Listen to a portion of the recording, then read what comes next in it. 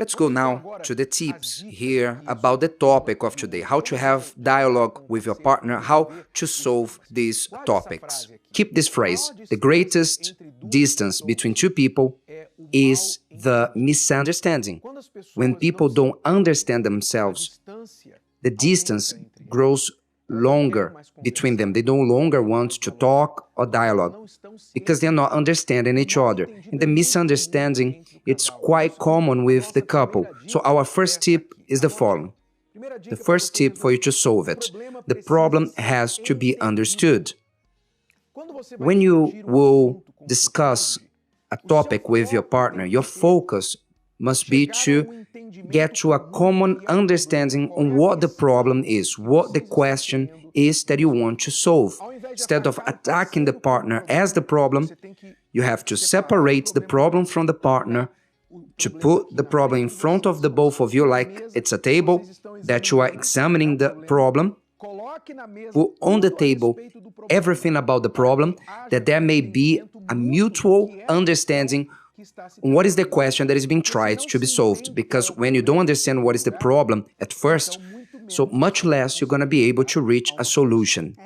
Yes, normally this is what happens in these moments, that you want to speak about the problem because of the bad experience of DTR. Because DTR, many times they use it to what? To speak their mind, to curse, to be a very stressful moment. But obviously the person is not going to want to have DTR, because we have, when we say we want to speak, everyone gets scared, like, oh no, because they need to know. You have to know this. If you want to be understood, you have to take away all the emotion, all the frustration, all the anger that you may have, that you need to explain to your husband, to the one that you're dating. If you start with frustration, with irritation, with anger, he's not going to see the problem. He's only going to feel attacked. He's only going to feel bad. And he'll also want to trigger and to also fight with you, to argue with you. And this is not what we're speaking here. So, look at this. For you to be understood, what must happen? Put the next screen. For you to understand involves two things. First of all, to explain clearly, as Christiane said. To explain clearly. It's not to explain accusing, pointing the finger, cursing, blaming the other person. That actually does not make anything clearer. That makes the mist to be installed in your midst. Because when the anger rises, the desire to defend, to counterattack rises, then there's no more understanding. So you need to search, look, to put the facts on the table. What is the problem that we're trying to solve?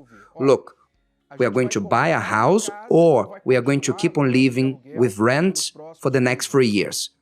What are we going to do it? We're going to give a step ahead and buy a house, or we're going to keep on living on the house of my parents?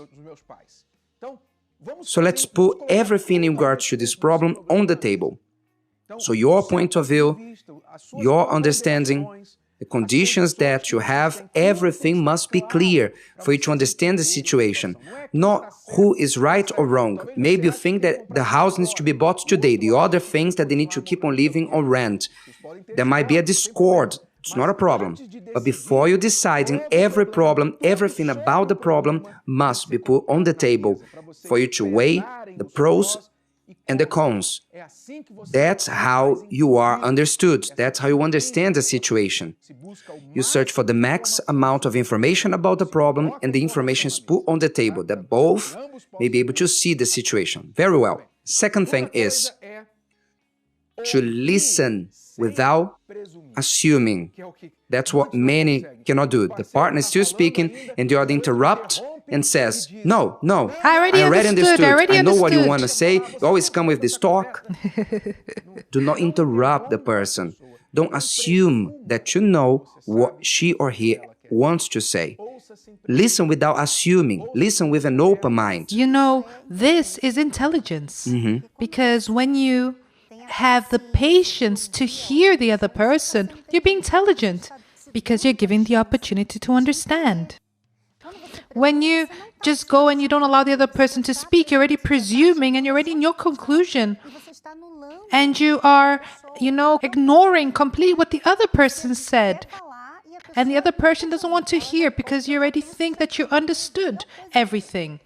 So then you go to another problem, you create another problem because you don't understand me, you don't give me attention, you don't give me value, etc. If you focus on these 2 points to understand the problem, explain clearly that there may be an understanding, listening without assuming, then finally the final hint that I give you is do not remain married with your idea, opinion, as if it was the only one or the best one. When both explain the situation well and listen well to each other, maybe the end of the conversation is that your idea was the best or maybe not.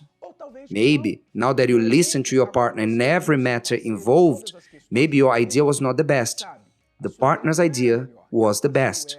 So don't have any shame on giving in and saying to the other, yes, let's do what you said, let's agree here, a combined solution. Doing like this, you will be able to come out of this dilemma, this impasse that maybe you are going through. Did you like this? Would you like to hear it again? Listen to it as many times as you need until this content becomes part of you. Don't forget to leave your like, comment, and share. See you next time.